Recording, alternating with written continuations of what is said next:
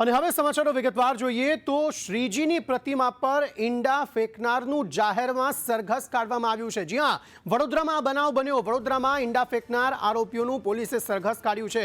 સુફિયાન મંસૂરી અને શાહનવાઝ કુરેશી આ બે શખ્સોએ શ્રીજીની પ્રતિમા પર ઈંડા ફેંક્યા હતા। ત્યારે સિટી પોલીસ મથક વિસ્તારમાં ઘટનાનું રિકન્સ્ટ્રક્શન કરવામાં આવ્યું અને એ દરમિયાન જ્યારે સરઘસ કાઢવામાં આવ્યું ત્યારે બંને આરોપીઓ જે છે તે હાથ જોડીને ચાલતા જોવા મળ્યા અને આરોપીઓએ સૌ કોઈની માફી માંગી। જાહેર રસ્તા પર બેસાડવામાં આવ્યા, માફી મંગાવવામાં આવી, જાહેરમાં સરઘસ કાઢવામાં આવ્યું છે અને આવી ઘટના અન્ય કોઈ અંજામ ન આપે તેવો એક દાખલો બેસાડવાનો પ્રયત્ન પોલીસ દ્વારા કરવામાં આવ્યો છે। ગણેશોત્સવ દરમિયાન શ્રીજીની પ્રતિમા પર ઈંડા ફેંકવાના મામલે આ આરોપીઓનું સરઘસ કાઢવામાં આવ્યું છે। માંડ ચાલી શકે તેવી પરિસ્થિતિ આ બંનેની થઈ ગઈ છે અને હાથ જોડીને માફી માંગતા બંને શખ્સો જોવા મળી રહ્યા છે। કૃણાલ શર્મા આ અંગે વધુ માહિતી આપી રહ્યા છે। જી કૃણાલ,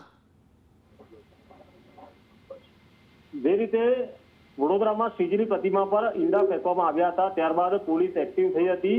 જોકે પોલીસે આ 3 આરોપીની ધરપકડ કરી છે, જે પૈકીમાંથી 2 આરોપીની હાલ અહીંયા સરઘસ કાઢવામાં આવ્યું છે। એક આરોપી સગીર હોવાથી તેનું સરઘસ નથી કાઢવામાં આવ્યું, તેને જાહેર નથી કરાયા, પરંતુ સુફિયાન મંસૂરી અને શાહનવાઝ જે કુરેશી છે તેનું સરઘસ કાઢવામાં આવ્યું છે અને તેઓ ક્યાંથી ક્યાં ગયા તેનું રિકન્સ્ટ્રક્શન પણ પોલીસે કર્યું છે અને હજુ પણ શકમંદ છે પોલીસની રડારમાં। આભાર સમગ્ર માહિતી આપવા માટે।